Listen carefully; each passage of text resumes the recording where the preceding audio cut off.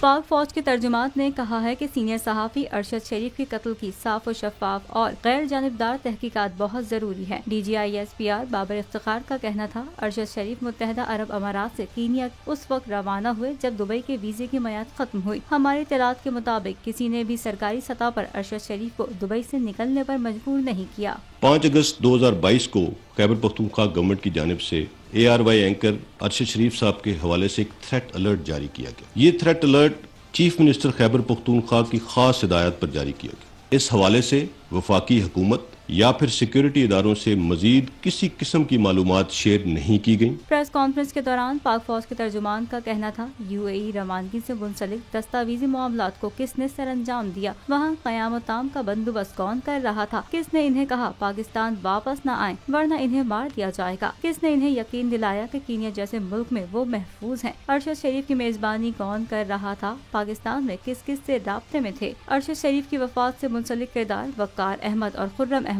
کون ہیں، ان کا ارشد سے کیا رشتہ تھا، کہ کیسے اور کس نے KP گورنمنٹ کو یہ اطلاع مہیا کی کہ ارشد شریف صاحب کو ٹارگٹ کیا جائے۔ اس سے ظاہر یہ ہوتا ہے کہ یہ تھریٹ الرٹ مخصوص سوچ کے تحت جاری کیا گیا، جس کا مقصد شاید ارشد شریف صاحب کو ملک چھوڑنے پر آمادہ کرنا، جبکہ اطلاعات بھی ہیں کہ ارشد شریف صاحب ملک چھوڑ کر نہیں جانا چاہتے تھے، لیکن بار بار ان کو یہ باور کرایا جاتا رہا کہ انہیں خطرہ لاحق ہے۔ 10 اگست کو ارشد شریف باچا خان انٹرنیشنل ایئرپورٹ پشاور سے ایمریٹس انٹرنیشنل کی پرواز EK 637 کے ذریعے صبح 6:10 پر دبئی کے لیے روانہ ہوئے۔ ارشد شریف کو KP گورنمنٹ نے اس دوران مکمل پروٹوکول فراہم کیا۔ کس نے انہیں مسلسل یہ باور کرایا کہ وہ پاکستان واپس نہ آئیں ورنہ انہیں مار دیا جائے گا۔ DGISPR بابر افتخار نے کہا، کچھ لوگوں نے ارشد شریف کے لندن میں ملاقات کے دعوے بھی کیے، وہ دعوے کن بنیادوں پر کیے گئے، کیا یہ دعوے بھی فیک نیوز اور جعلی مہم کا حصہ تھے؟ کینیا کی پولیس اور حکومت نے اپنی غلطی کو تسلیم کر لیا، لیکن دیکھنا یہ ہے کہ کیا واقعی یہ شناخت میں غلطی کا واقعہ ہے یا ٹارگٹ کلنگ تھی۔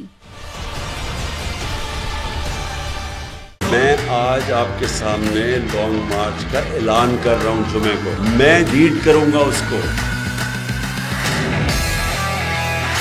کپتان کا حقیقی آزادی مارچ، انہوں نے کنٹینر رکھے تو ہٹا دو گے، دن ہو یا رات وہ نیوز 24 گھنٹے رہے گا ساتھ۔ سب سے بڑی ٹیم، سب سے معتبر پینلسٹ کے ساتھ، سب سے بڑی کوریج۔ دیکھیے پاکستان کی سب سے بڑی نشریات صرف بول نیوز پر۔ سب سے زیادہ ویوز، سب سے زیادہ ریلز اور سب سے زیادہ ریٹنگ کے ساتھ بول اب بھی نمبر 1 پوزیشن پر برقرار۔ سبسکرائب کریں اور بیل دبائیں تاکہ کوئی خبر رہ نہ جائے۔